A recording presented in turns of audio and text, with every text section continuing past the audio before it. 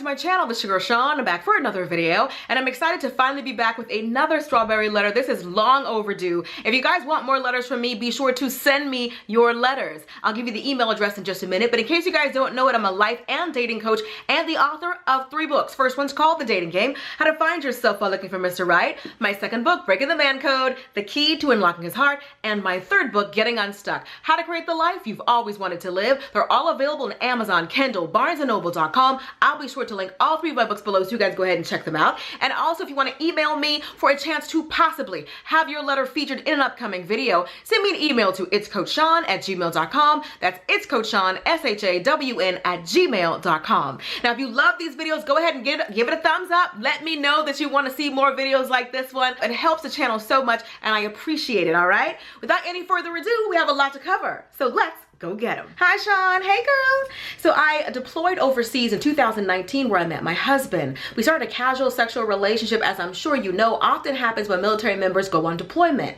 I'm actually ex-military, so I know all about the ratchet life of military men, but that's another story for another day.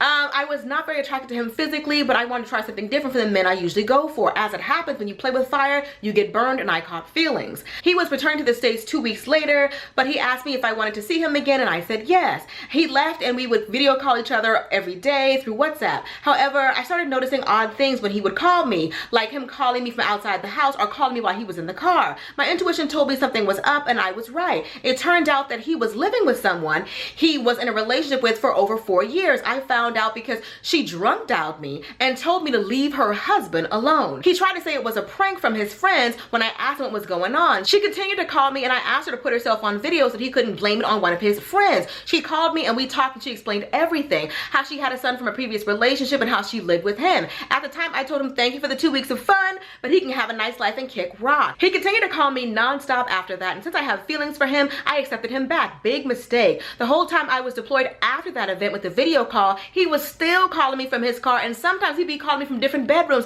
and it had an obvious female background on the backboard. The whole thing stressed me out so much I started having physical symptoms like irregular heartbeat.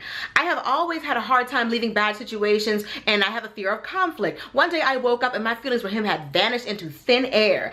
I had stopped talking to him right away, and I transferred to Virginia for a school year so that I wouldn't have to meet back up with him anymore. I should have stopped talking to him right then and there, but he had taken a transfer to Virginia for school so that he could be near me, and we ended up getting back together. And I felt bad for wasting his time.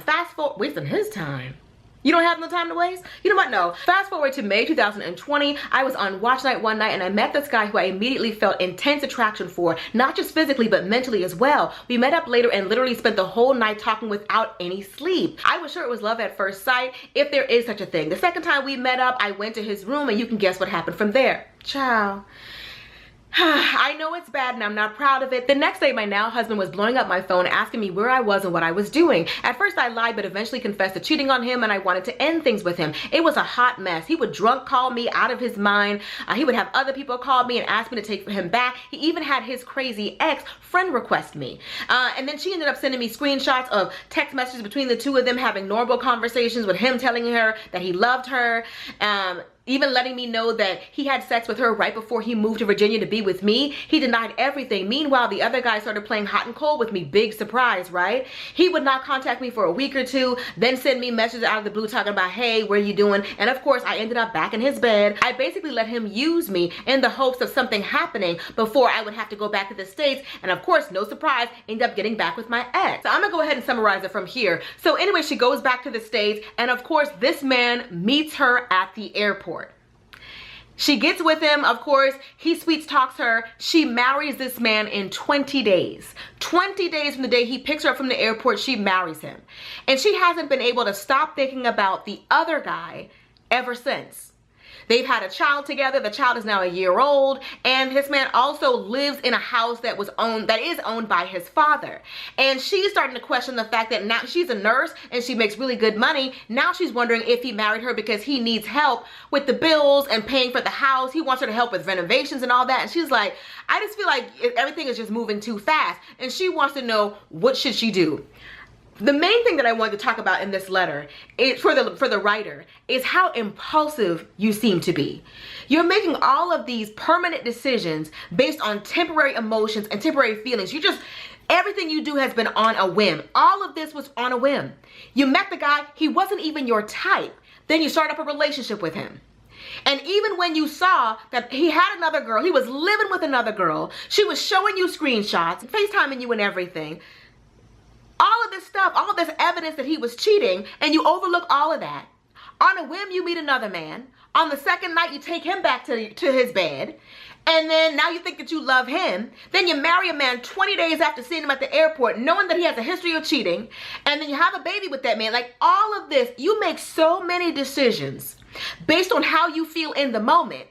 And it's like you don't realize that at some point you're going to have to actually sit with the consequences of all these rash decisions. Well, you're only 31, but you were starting to think that it wasn't going to happen for you. And all you wanted to do was scratch marriage and a child off your list. And he was the only one that you saw in the moment who was willing to offer you that. You didn't have the patience or the faith to wait on what actually would come with all those things.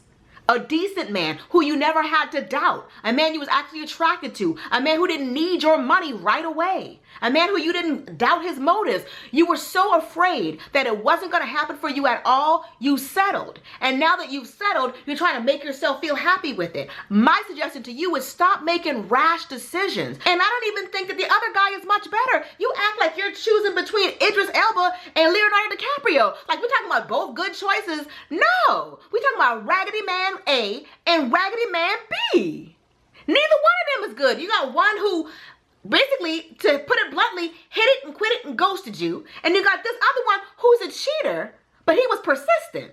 I wanted to do your letter for all of the women out there who are considering settling because you don't think it's going to happen for you. You got a raggedy man in your face offering you the things that you want, but you don't even really want it from him. Don't take that offer because eventually you'll end up here where the writer is, where you got the things that you thought you wanted, but it's not how you wanted it. Why settle for good or okay when great is still an option?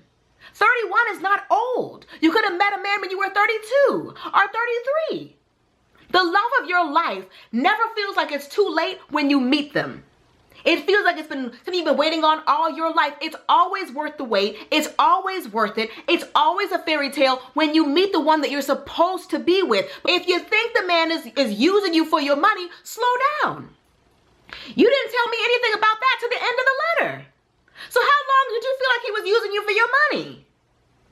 So there's so much wrong with this man. You said he's got a house that needs renovating. It's his father's house. And now he needs you to help pay for the renovations. Now he needs you. And you're wondering if you married a man in 20 days. You don't know what his motives are. Just because he's persistent doesn't mean that he loves you. The other woman has told you many, many, many times, showing you all the evidence that you can stand that the man was still being with her while being with you. And you still married him in 20 days. Just because he didn't give her a ring doesn't mean that you won anything. Because at the end of the day, he's not a prize, and he never was. If you think that that's what's going on, if you feel like you're being used, and pull off on the finances. You don't have to give this man all your money, especially when it's not even your house. It's his father's house. How you know the man ain't in cahoots with his father to get you, the person who married him in 20 days, to pay for all the renovations? Like, you don't know how deep this goes because you didn't really know him.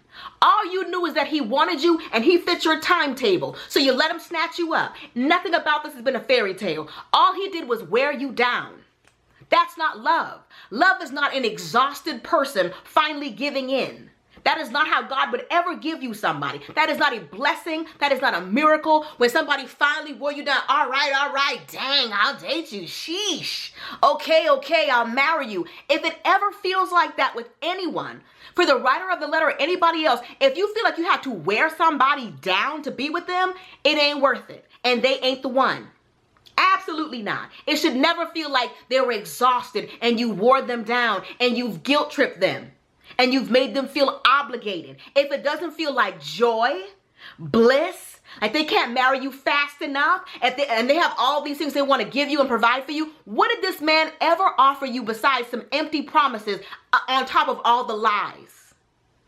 You haven't even given this man enough time to see if he can be faithful. He met you with somebody. Pray and ask God to show you what his true motives are. God, what does he really want from me? Ask God to give you signs. Ask God to help you to make the best decision for you and your daughter. And if this is what God wants for you, ask him to give you many, many signs. But the way that it was served up makes me doubt it. God wouldn't give you somebody else's man because God is not messy. You're making decisions based on desperation, but you have no reason to be desperate. You're a nurse. Yes, you have one child, but you have plenty of finances. You have a lot going for yourself. He's the one who needs you. Make sure that the life he's trying to build is a life that he actually plans to build with you. That you're not just trying to help him get his life together. You're helping him pay for his father's house. I don't blame you for wanting your own house. Because how do you know that that isn't a plan hatched by your husband and his dad to get somebody with some money to help pay for the renovations? Like, it's not like people haven't stooped this low before. But an even bigger idea I think that you should have is, I need to question everything. I was just going with the flow and I'm getting older and I have somebody who I'm responsible for now. I cannot continue to make impulsive decisions that have permanent consequences. I need to pray and ask God what he would have me do, and I need to, more importantly, wait until the decision that I need to make is made clear. The beauty of God is it doesn't matter what you've done in your life. He will always come in and be there for you. And it doesn't matter how many decisions that you've made without him, he will always be there and be willing to help you make the next decision.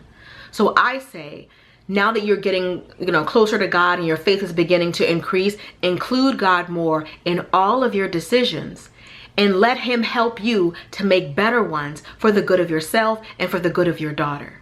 All right, that's pretty much it. Hope you guys enjoyed this video. Be sure to thumbs up if you did. If you want to hear more of my thoughts and opinions on life and love, consider purchasing one of my books. As I said, I've written 3. First one's called The Dating Game, How to Find Yourself While Looking for Mr. Right. Second book, Breaking the Man Code, The Key to Unlocking His Heart. And my third book, Getting Unstuck, How to Create the Life You've Always Wanted to Live. They're all available on Amazon, Kindle, BarnesandNoble.com. And if you want to work with me as your personal life and dating coach, or if you'd like to submit a letter for a chance to possibly have it featured in an upcoming video, send me an email to itscoachshawn@gmail.com. That's itscoachshawn, SHAWN @gmail.com. All right, if you like this video, you'll love my last one. I'll do you a favor and I'll link it for you right here. Be sure to subscribe right here. Till next time, later divas and dudes. Deuces, honey.